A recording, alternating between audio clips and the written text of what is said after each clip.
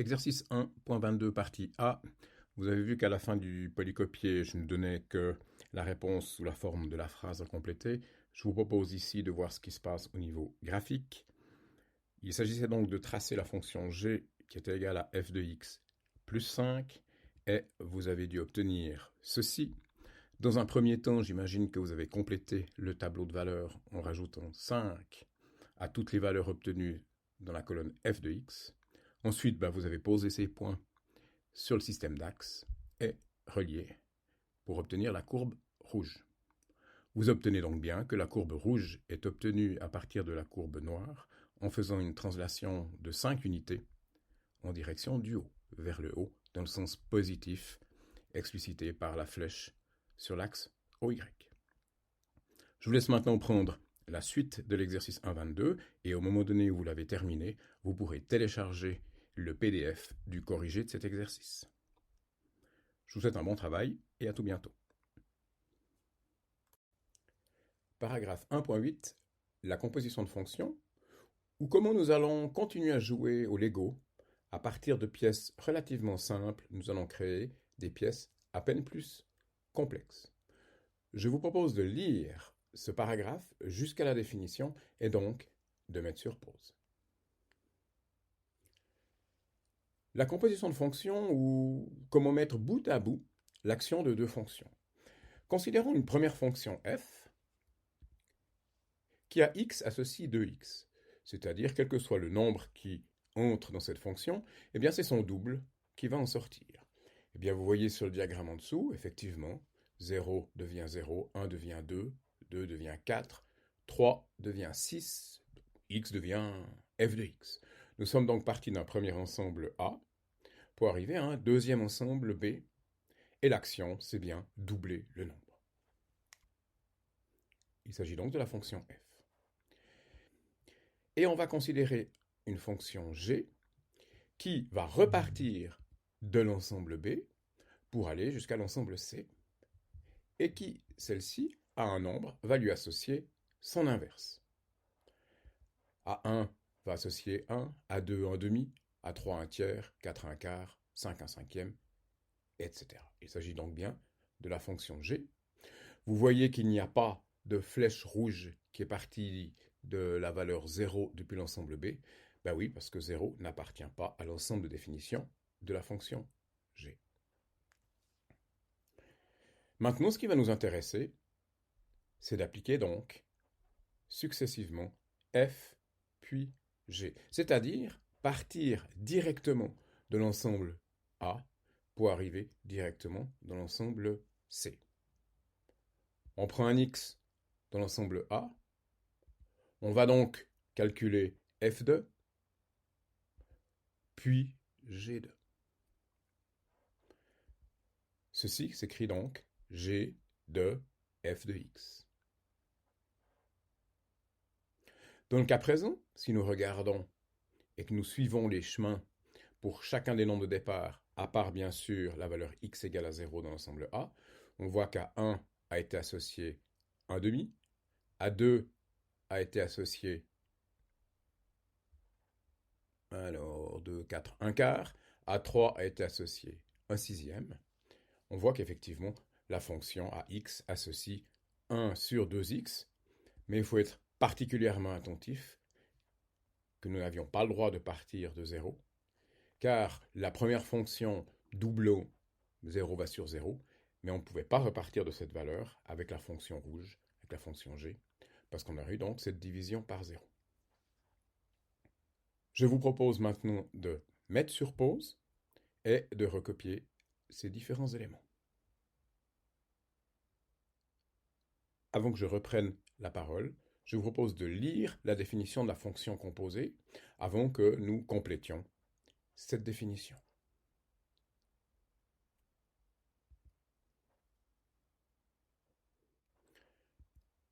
Alors voilà, la fonction composée, g de f de x, eh bien ça se code également g rond f de x.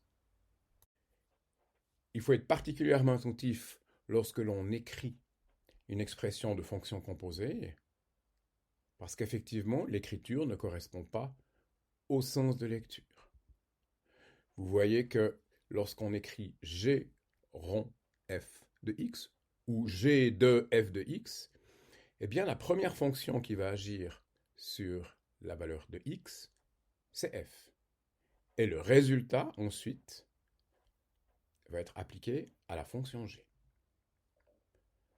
Je vous propose de prendre note de ce qu'on vient de noter ici et de mettre sur pause.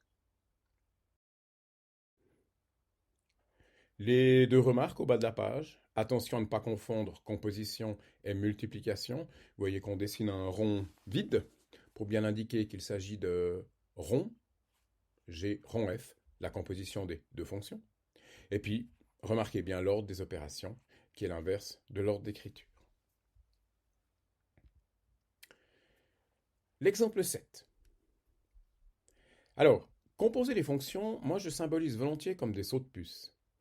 C'est-à-dire qu'on part d'une valeur de départ, d'une expression, de la lettre x, et que l'on va d'abord lui faire agir une première fonction, ici g, et le résultat qu'on obtient deviendra l'expression de départ sur laquelle on va faire agir la fonction f. Et on peut imaginer quelque chose qui ressemble à des sauts de puce. Prenons le premier exemple. On me demande de faire f rond g de x. Alors, il s'agit donc bien de x qui va, entre guillemets, entrer dans cette composition de fonctions, et on va lui faire subir une première fonction. Est-ce que c'est clair pour vous quelle est la première fonction qui va agir sur x? Eh bien oui, c'est bien la fonction g. Je vous rappelle qu'on lit une telle écriture de droite à gauche. La fonction g,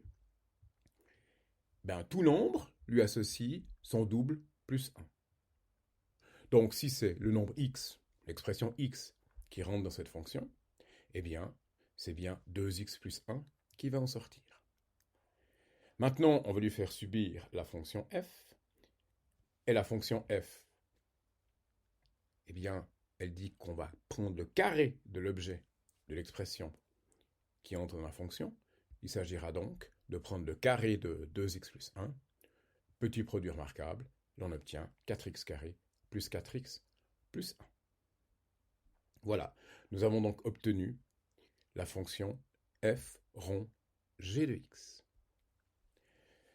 Maintenant, vous voyez, on va inverser l'ordre des deux fonctions.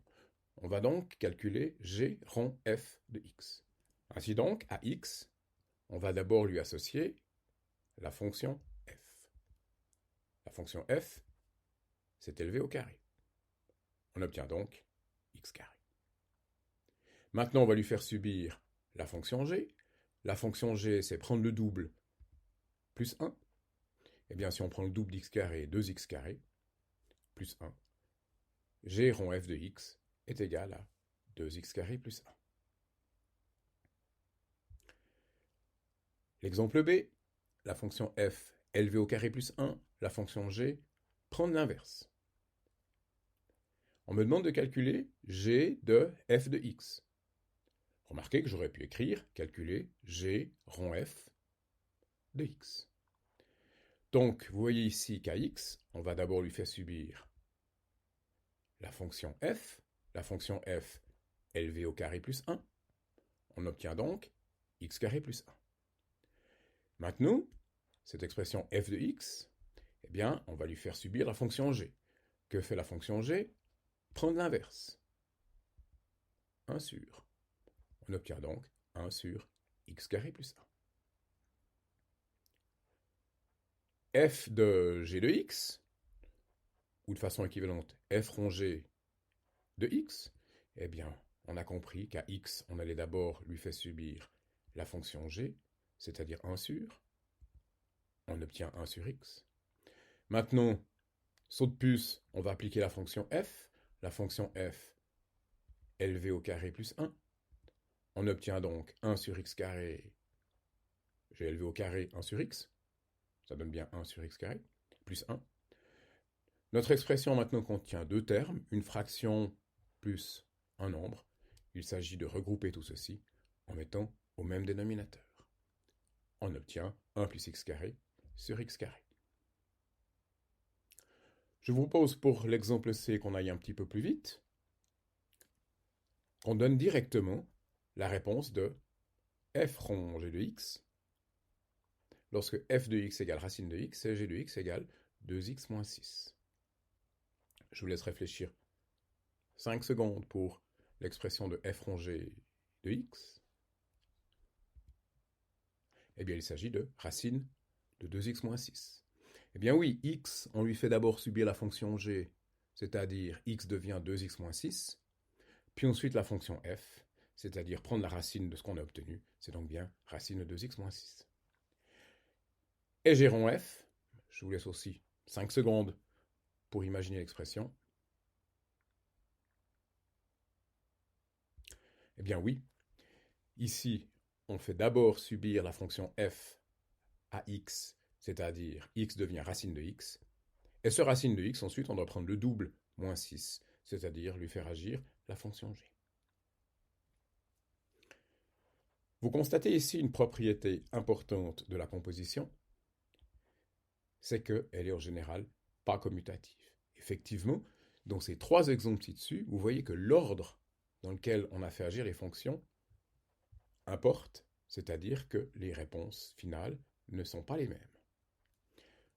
F rongé n'est pas égal à G rond F. Voilà, nous sommes arrivés au bout de cette capsule vidéo. Je vous laisse mettre sur pause afin de recopier tout ceci. Je vous suggère de faire une mise en page qui correspond à celle que je vous ai proposée ici. Ça vous sera bien pratique par la suite, en particulier au début de l'exercice 1.24, 1.25 et ensuite pour les exercices 1.26. Mais pour l'instant, nous allons nous concentrer, dès que vous aurez pris note de cet exemple 7, du début de l'exercice 1.24. Je vous souhaite une bonne recopie, un bon travail et à bientôt.